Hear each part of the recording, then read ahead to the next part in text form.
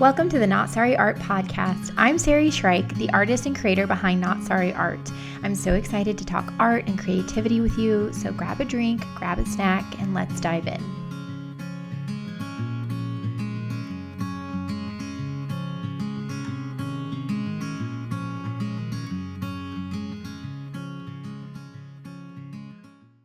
I also wanted to say that today's episode is sponsored by my book. I have a book coming out. I'm so proud of this, guys. The links are already up. I'll have them in the show notes. But the book is called Modern Still Life, From Fruit Bowls to Disco Balls. It is my take on a step-by-step painting book. I am really excited about it. Not only does it have like motivational tips and tricks to keep you going in your practice, but it also has clear and beautiful and full color breakdowns of the step-by-step process in my paintings. So I could not be more excited about it. If you wanted to check it out, pre-order it. It would help me more than you even know. Hello, welcome back to the Not Sorry Art podcast. I'm Sari. Thanks for being here. Today's episode is on being an Artfluencer. Okay, yes, that's the name of this. And just know that like using the word Artfluencer, I'm using it very tongue-in-cheek.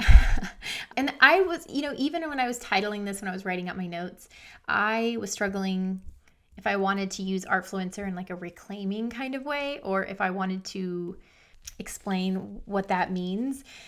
But I'm using it, I think, intentionally, because the idea of like influencer, how many times have you watched a video where someone's like, oh, I guess I'm an influencer. I hate that, but I guess I am. I'm always like, I understand what they mean by that.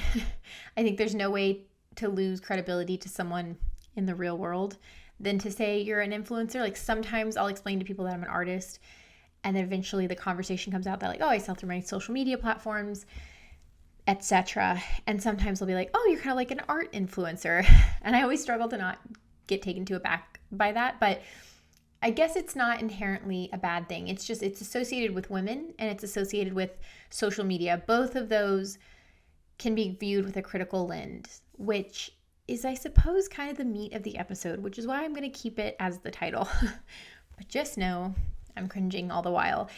This episode is it's kind of in response to an article that I really appreciated. I'm going to link it in the show notes. It's called Everyone is a Sellout Now by Rebecca Jennings. It's a Vox article. It's free to read. This article is really interesting because it's basically talking about how everyone nowadays has to basically build a professional social media brand in order to further their careers. And I kind of think of it as like the analogy that I can think of is whenever I graduated college, which was like right after the recession. I think we were building back up a little, but it was in the wake of the recession. And there was article after article. I remember when I was in college and when I just got out of college, like how to submit a resume, how to stand out amongst the crowd, if you will. And it was always things like use a heavier cardstock or, use a certain kind of font, put a picture at the top. Little did I realize later on that the real trick is know someone who works in the company. But I feel like nowadays that certain more contemporary version of this conversation is in order to stand out or get ahead or even just be able to do it.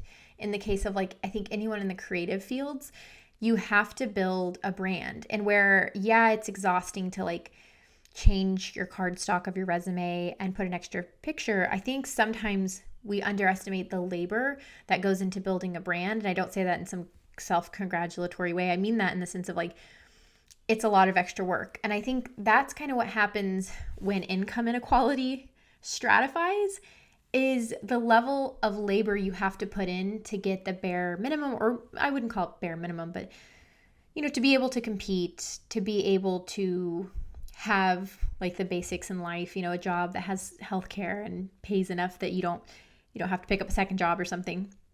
You have to put in more and more effort. There's more desperation. And so, why not build a personal brand?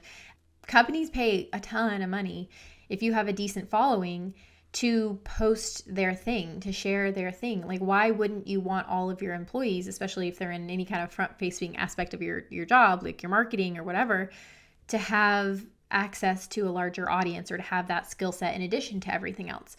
And I think that's where I think the fact that it doesn't feel like there's an option anymore is what I took away from this article. And that emotion, I think, is what I get when I talk to people about social media. I get peppered a lot with it. I've helped to coach people. I've had students who've asked about this, but they're like, what do I have to do in order to make it online as a social media artist? That is a massive question. And it feels as though the bar raises higher and higher with every, quarter, it almost feels like. And so I'm going to walk through this a little bit. I'm going to tell you guys kind of my perspective, to give you kind of a brief rundown of my credentials. I have been making artwork. I made a post every single day to Instagram for, I don't know, what did it be? 8.5 years, since January 1st, 2016. And I mean this so earnestly, have taken maybe 12 days off in all those times. And 90% of those posts are original new pieces of artwork. It was one new painting a day for many years. And, I have a lot to say, I think, coming from my background, as to why I think it's not entirely a bad thing, why I'm very sensitive when people criticize sort of creator culture, but also I'm deeply critical of it. So if that sounds interesting, let's just jump into today's episode. So this article starts out with talking about someone who is trying to sell a book to like the top 5 publishers. They love the book. It's like an online business and industrial complex book based in that, and everyone loves it, but they are hesitant to sign this author because they don't have a large platform and they don't have like a personal brand associated with it. And it sort of starts out by asking the question, like, are we missing out on good art? Are good artists missing out on opportunities because they just haven't put in a brand? And why is that ultimately maybe a bad thing? I think it's fair to jump into that. She does, I think, in this article have like a pretty unbiased, her viewpoint, she argues both sides pretty well. And I think that's because there are definitely two sides, two distinct viewpoints in this conversation. And I think the nuance is obviously somewhere in the middle. And that's because, people tend to be pretty polarized. There's a lot of people within the context of the creator economy who are very passionate that social media is the way forward. There's this more radical version of that conversation who says, to hell with state borders and nationalities, the future will be a global blockchain. It will be all of us will connect to our audience. And, to the point of that, the internet certainly has created an enormous amount of opportunity. I even think of it in the micro example of with the cup controversy that I mentioned last year. People were frustrated that ceramicist was charging so much for these cups, and I don't think it was an exorbitant amount. Maybe it's because I have one foot in the fine art world where someone can tape a banana to a wall for $120,000. But anyways, and I think what happened is they realized that this content creator, this artist, this ceramicist, has an enormous reach, and they are able to cast a wider net. If only 1 out of every 100 people is willing to spend that amount on a handmade ceramic cup, if you can cast a wide enough net, you can sustain yourself off of that somewhat niche value or that niche price point. And, if that person could only sell their artwork in their neighborhood or in their city, in order to compensate for not having a wide enough net, they would probably have to lower the price, and maybe to a point where that wouldn't be a sustainable business model. And in that instance, we would not have an artist. So I think the fact that it's precarious to be an artist and it's precarious to have a job, I think that that's the meat of this conversation more than is this particular version of, social media dystopia. Is this the silver bullet bad guy and everything? And I don't think that's what the article argues. But that's kind of where the people who are arguing for it, I think a lot of that passion comes from. On the other hand, you have people who are frustrated that their 65-year-old mom is being encouraged through their work to put a ton of energy into building a LinkedIn brand so that they can move up in their own career. So the big con here, and I'm sure I don't have to talk about this too much at length because it's something, again, I hear reflected back in a lot of artists, is that in addition to making artwork, and in addition to trying to sell that artwork, they're having to build a brand to overcome really challenging algorithms in order to cast a wide enough net to reach enough people. And what I think is really interesting is whenever I kind of gained some traction on social media initially many years ago, so 2018, 2019 was kind of my moment, because I posted for a couple of years with like no following. I just did it because I was trying to be consistent, and eventually I got enough like local gigs to kind of sustain myself, but social media was still like, it was where I was accountable. But as far as like my business strategy, it was very much a small arm of my business until it wasn't. And, I think about what it felt like then. I got asked onto a lot of podcasts again in like 2018, 19, 2020, asking about social media specifically. And I'm always careful because I try not to talk about it now, and I try not to talk about like too many social media tips, other than I'm always talking about boundaries and protecting yourself. Again, if you read this article, you'll kind of see why. But because I know that the social media the ecosystem I kind of gained traction in basically doesn't exist anymore. When I started social media in 2016, we were still chronological. So people would see in their feed at time of when you posted. And then, algorithm 1.0 and 2.0 and 3.0 were all pretty rudimentary. Like, you could still use hashtags to find smaller, more niche communities. Hashtags were still kind of like a manual way you could kind of plug in and find those smaller groups. So you could do like Central Texas women artists, or, young mom artists, or mom artists Texas or something, and you could find kind of a smaller community. Where it feels like now, in some ways the algorithm feels really specific, like you think about cat litter and then you see videos on cat litter. But in other ways, I find it to be harder. Like, you almost have to appeal to everyone, where you could appeal to a niche in the past in order to get any kind of traction. And it's because it feels like they show, especially like on TikTok or to some degree on Reels, your art to some random sample audience right away. And if a certain percentage of those people don't like it, they bat it down without even giving it a chance to see the rest of your audience, which is really frustrating, because the only kind of art that can make it out of that kind of an initial showing is going to be art that either doesn't need context and art that is really novel. And this is kind of something I've been thinking about a lot, is for artists, you have this axis, this graph, this like X graph. And, one of those lines is context. At one extreme, you have needs lots of context, and at the other extreme, needs no context. And then the other direction, you have novel, like very unique, never been done, new, and not novel. And there's art that is great, that occupies every part of that, right? An example of a not novel piece of artwork that doesn't need context is a beach scene. To do a good job painting a beach scene, that's great. A lot of people want beaches in their house. That is its own industry.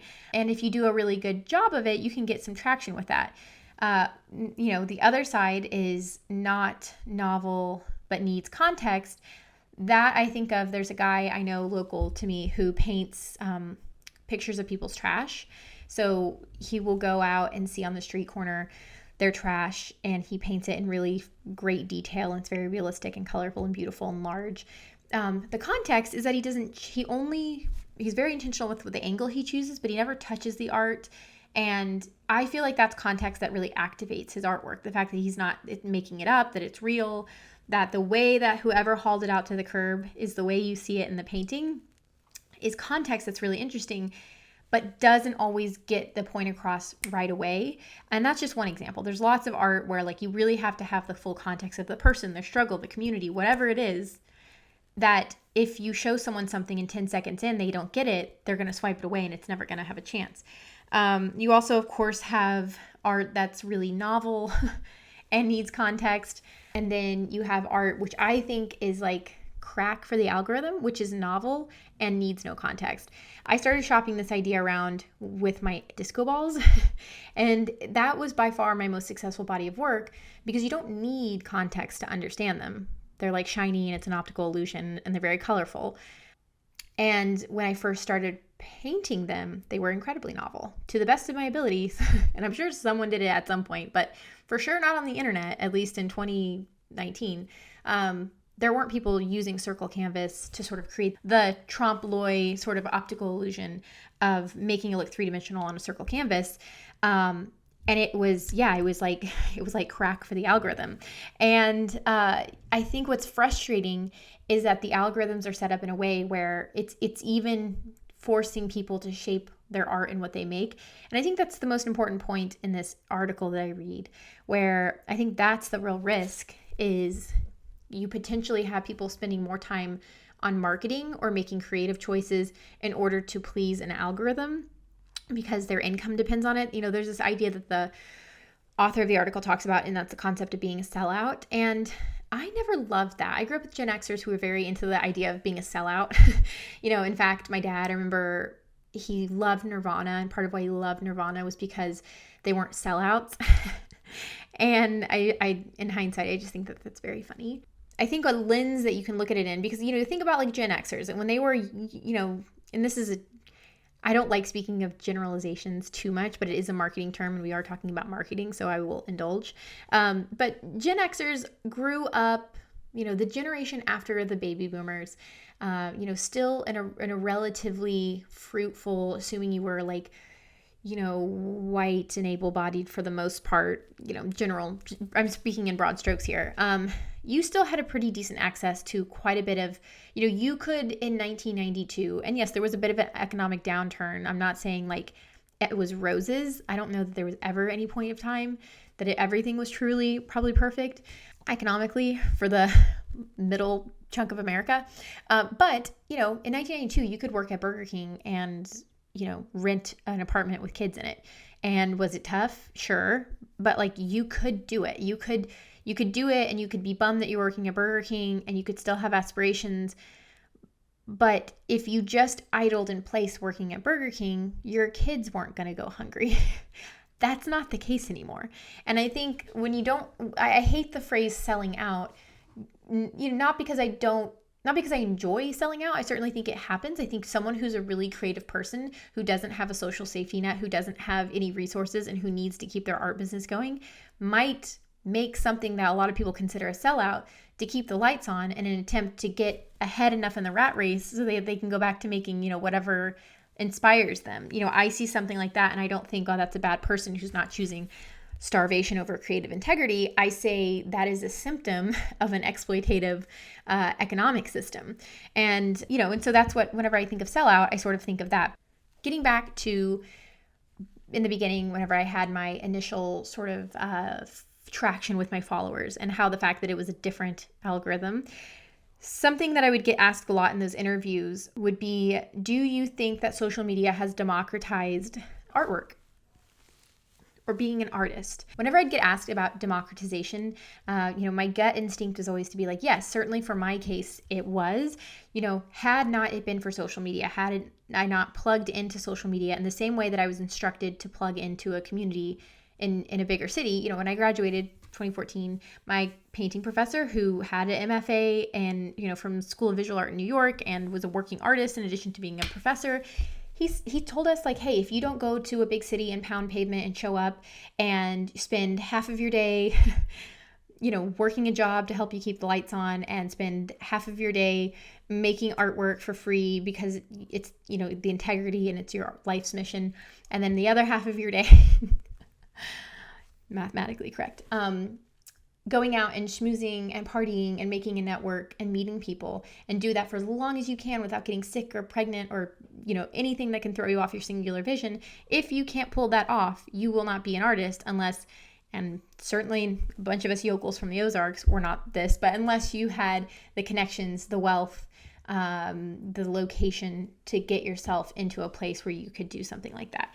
And obviously not entirely in broad strokes, but there is certainly data that backs up that, if you don't have some of those things like wealth and connections, that was your best shot. In fact, it may not have even been too crazy to say like, because at the time, I remember the statistic where only 5% of studio art students who graduated with their bachelor's in studio art were making art actively 5 years later. All that to say, incredibly hard at that point to continue to keep doing art. And that wasn't even saying doing art professionally. That was just saying, are you still even making art? So to even land a job where you have the luxury of free time that you can do it as a hobby, because what's more not selling out than doing that, is an incredible, rarity. And I think that that's the landscape that I came into. In addition to that, I grew up with parents who worked themselves to the bone, who worked jobs and, hot warehouses with no air conditioning, and picked up other side jobs and worked caring for children, and then would also do kind of under the table work and, work. Between being an arts major, growing up with that context, the fact that all I have to do is work myself raw and be incredibly consistent and never take breaks and constantly promote yourself, and you have a shot at doing something that my parents would have never had the opportunity to do, which is have even a shred of prestige around their job, and also maybe pay to be able to do art and sustain yourself to some capacity. And I think that shapes my view of it, not to say that I'm passionately for it, but to say, on one hand, I understand why enough of us have put up with the pressure to create a brand, because you just want the shot to be able to reach something that is unfortunately more and more rare in our culture, which is just kind of a normal middle-class life with like maybe a sprinkling of the prestige that comes with working in the arts. Unfortunately, I understand why so many people are running themselves raw, personally, in order to achieve that goal. Another thing I really liked in the article was there is a point where she talks about how musical artists, because of the way that labels work and how artists get paid less, and how you're no longer, curated, you don't get a record deal signed where then they do the marketing for you and they help you come up with an image, which I will say, like, even that at some point was contentious. I remember watching movies or shows like VH1 Behind the Music. Really dating myself here. When I was a kid, and so many of the themes would be like, and they disagree with the record label. The record label wanted them to make a hit, and they didn't want to. And, so it's never been a cakewalk for creatives. But now the trade-off for, in theory, creative freedom is that you just have to play the algorithm and you just have to have the song of the summer, which brings me to the point where someone made a video saying, did I just make the song of the summer? If you've seen it on TikTok, if you've been on TikTok, and then they play their music, and it's always like, painfully good. I always feel bad that you have to do stuff like this in order to get your music seen. That being said, go follow small artists if you can.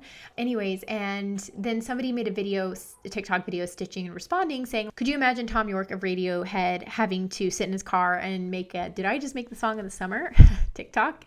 And, kind of contrasting it into artists. The takeaway I get is there's this romanticization of artists in the past, visual artists, authors, whatever, who got to just be cool because they didn't have to be so plugged in and self-promoty, which brings me to, I think, kind of the biggest issue with a lot of it is just how uncomfortable it is to have to be your own artist and marketer.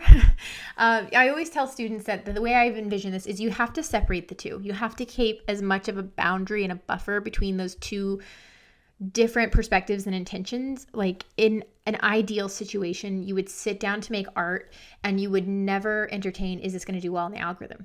Easier said than done. And as I was alluding to earlier, it is becoming more and more of a privilege to be able to do so. And so I'm not trying not to be prescriptive here, but to the best of your ability, try to just make what is authentic to you. And then on the other hand, once you become a marketer, don't let the artist tell you everything's cringe. Because yes, promoting yourself it's uncomfortable because I don't think we're supposed to do it. It's one thing to believe in yourself. And I think it's something that I feel like is like an aspect of our culture where, because so many people are not necessarily granted their humanity, we've come to a certain part of our culture where within certain, certainly something I have felt in my own life is like the constant need to prove yourself, to say that I am as valuable as older established male artists, as they were at the same point in their career. I'm not comparing myself necessarily. I don't think it feels natural to have to constantly promote yourself. I always look to the ideal as like when I'm orienting myself. And I feel like in an ideal world, we have a community that to some degree validates us. Not over the top, but like, hey, you're particularly good at calming down the children. Or, hey, you're really good at, timing out what we do in a day where we don't let time get away from us. Like, we would all have these things that are like not the most groundbreaking aspects to who we are. We're not like a creative genius, But we have skills. We all have a handful of them, and a community would be able to call them all out because there wouldn't be a weird, stupid, completely illogical hierarchy. And that we would have that confidence from the security of not having to sort of fight against an imposed hierarchy. Something that first kind of led me down this path of like maybe self-promotion isn't inherent and natural, because I remember reading this book many, many years ago, I think in college, called Quiet by Sari, I believe. And she talked about how in our culture, it's so important to be charismatic and outgoing. And I remember thinking that was just like a default good thing. In the same way that it's important to not litter and be kind and, whatever obvious virtues, share, listen, be respectful. I remember thinking that being charismatic was just another important aspect. And as someone who was especially, still am, let's be honest, awkward and not charismatic, I remember feeling like it was a moral failing. And when I read this book about introversion and being quiet, there was a part where she compared it to cultures in East Asia and how what we might perceive in the West, especially in the United States, as a good attribute of being able to call the attention in a room and control a conversation and to be loud and gregarious and extroverted within, I think she was specifically referencing Japanese and Korean culture. Those same attributes would be seen as boastful and, they're not saving face. It's not, not communally focused. And there's more of a pride in humility, and how humility is almost valued in the opposite direction as like charisma is in the West, and again, more specifically in the United States. And I remember that kind of like changed my mind, because like it was really impactful for me because I started to think that all the things and attributes that feel good and important and valuable here, like they don't necessarily translate across culture. And it got me critically thinking about that. So I think what's happening is that we're pushing what is already not like a, in the way that we know that not being violent to someone, especially who doesn't provoke it, is like an across the world human, like all cultures think that that's bad. We've taken an attribute that isn't inherently good in the same capacity, isn't inherently pro-social in a sort of evolutionary point of view, and we've put it up on a pedestal, and then we've cranked the heat all the way up on it. And so of course it kind of feels yucky to us. It's not inherent. It's not that like you don't necessarily have imposter syndrome. It's that to be boastful in a way 24/7. And I think the author of this article mentions it in a really important way. Like, especially if you're a woman where there is some social conditioning that you aren't supposed to be so boastful. I think it causes a lot of us who are, I think, a little more sensitive, a lot of distress. It's not just not having confidence. It's, confidence would be like you're able to show it up, but having your income and your job prospects hinge on your ability to control an internet-wide conversation around something that maybe you're not so confident on, but you're confident enough that you could try to make a conversation, so that you could try to make a splash, so that you could try to get views on Twitter, and that can maybe translate to LinkedIn. Like, that's extending yourself tremendously. And one thing I've always learned from being on social media is like, you don't want to overextend yourself. You want to talk about things that you're really, really confident and passionate about. And you don't want to talk to just talk. You don't want to make art to just make art. And I think that kind of lies like the biggest issue, is that we're valuing something that isn't always inherently good, especially when it only seeks to serve its own interests and the interest of capitalism. Last point I'll kind of say on this before I get to some like little bits of advice is we're kind of sitting on the backlash of the Grammys. Oh my gosh. I promise you I'm not a pop culture podcast all the way anyways. But there was this fallout from Taylor Swift, and I think she's very interesting to study as a person, because I think we all can like project quite a lot onto her. So this is not don't view this as like just a criticism of her. My personal journey with Taylor Swift is that I did not like her when we're about the same age. I think she's 2 years older than me. When she was in her like Speak Now debut era, because of internalized misogyny, I thought that if I liked classic rock, my dad would love me more.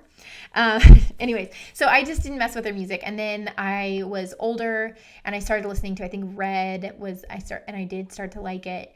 And then I think by like Reputation and Folklore, I was like, oh, this this person makes very good music to me. Is it the best ever? No, I certainly, no, but top 20 for sure. So that's kind of my bias there. But I think the Grammys were really interesting. So this was her 13th Grammy, the one she accepted, I believe, from Celine Dion. Correct me if I'm wrong. And I imagine, Taylor Swift's interesting because I think she said in interviews that if she wasn't a musician, that she would work in marketing. And if I remember correctly, her mom worked in marketing. And I can see this from her. And from someone else who also has kind of this weird enjoyment of marketing, of communicating visuals to a wide range of people who could see also myself in another world, maybe enjoying it. I see her accepting her 13th Grammy as something that's probably gotten her through hard times. Now, granted, she's an incredibly privileged person, and I think her privilege often blinds her to a self-awareness that kind of visibility demands from you. But I can imagine that during her hard times, and I'm not invalidating them, she's had the whole internet come after her, that she probably used walking up to get her 13th Grammy, because 13 is like an important number to her, as like a light at the end of the tunnel, right? As a way to be like, it's her singing mean at the Grammys after that critic roasted her to shreds for her singing ability. I think that that's how she operates. I think part of why she is so successful is because she is probably one of the best living self-mythologizers of all time. She is someone who creates her own context constantly, and I understand it to some degree because she started her career as a young female making girly pop, country, glitter dress music. And if there's anything I know from making a whole body of work dedicated to teenage, adolescence, consumer culture, is you're really, really undervalued in that arena. It's like no matter how skilled you are, if you coat it in glitter, people are only going to be able to see glitter. And I think there's some truth to you kind of are stunted wherever it was that you became famous. And I feel like she's never stopped feeling like everyone undervalues her, despite the fact that she has easily become one of the most impactful and influential people, if not maybe musicians, people. I don't know. You tell me. My algorithms are probably all skewed. And yet, I think the reason why she was able to skid past Celine Dion, who is not only an icon in her own right, but also like this could be her last public appearance, like from what I heard recently. And this is all through I'm totally a mom. Like I'm hearing all this through the grapevine. But, she was really struggling with her physical health. And so seeing her on stage, I was kind of shocked. I kind of had this I thought things were really grim. I'm glad they're not. I wish her health and recovery and love. And I have nothing but well wishes for her, tremendously goodwill towards her. But I think the fact that she was on stage and she handed an award when sort of the normal thing to do is to thank whoever gave you an award, the fact that Taylor Swift skidded past it, I don't think it's because she's a malicious person. I think she is self-mythologized to the point where she basically has blinders on. And I think that that's, if I had to point to kind of one issue with all of this, it's that self-promotion can often blind us to our own humanity. And I think when capitalism is already pushing us to exploit ourselves, to have to exploit ourselves in a way that also reinforces being less of a human and more of a commodity is like just this strange, completely dehumanizing. I think of like the simulacra, like you start out yourself and then your art is like an interpretation of yourself. And then the marketing of yourself is like an interpolation of the art of yourself. And then the 30-second TikTok to get you to come to your social media account is like, it's like the simulacra is like you have the apple and then you have the apple pie, which is an abstract of the apple. And then you have the apple pie scented candle. And then you have the like abstractly scented body spray that hints of spring apple that's called like crispy crazy or something. It's just you become so distorted and you're doing it so that you can pay your bills or be the most successful pop star or whatever. And I think it's just hard to express. That's why I had dedicated a whole podcast to this. But it's that for me always strikes me as strange. And it's a hard thing to deal with. And it's not me like rejecting it or complaining about it necessarily at all. I'm always beyond grateful. I always say, like, if you're lucky in life, you pick your problems. And so I will never complain. And if I do, it'll be to a group chat. So, this isn't me so much as complaining. It's just, I really wanted to process this article. I wanted to kind of share my thoughts on it.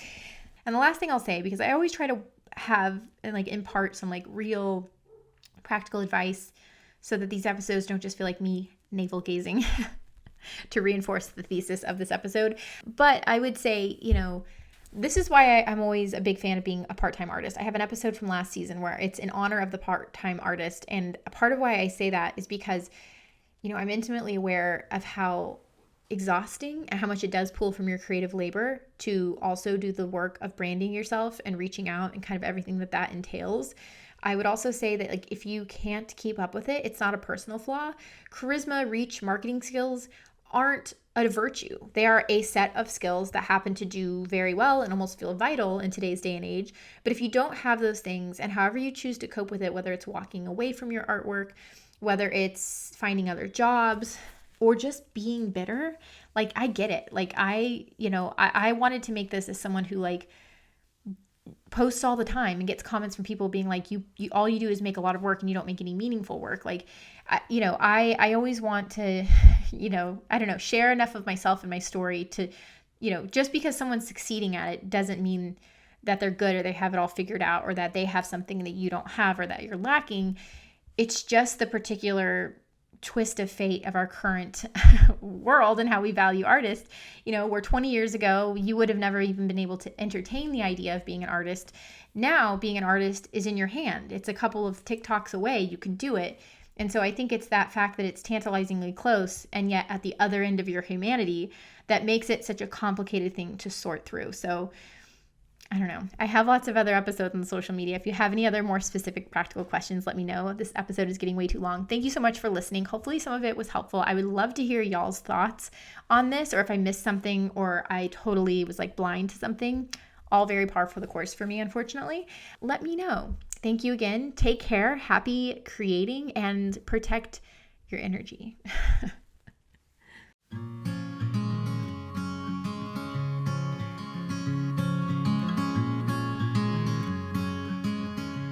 Thank you so much for listening, and thank you for being here. I wanted to also encourage you guys to leave a review. The feedback is incredibly helpful, and if you leave a review, I will read your handle or your name on the following week's episode. Take care, y'all, and happy creating.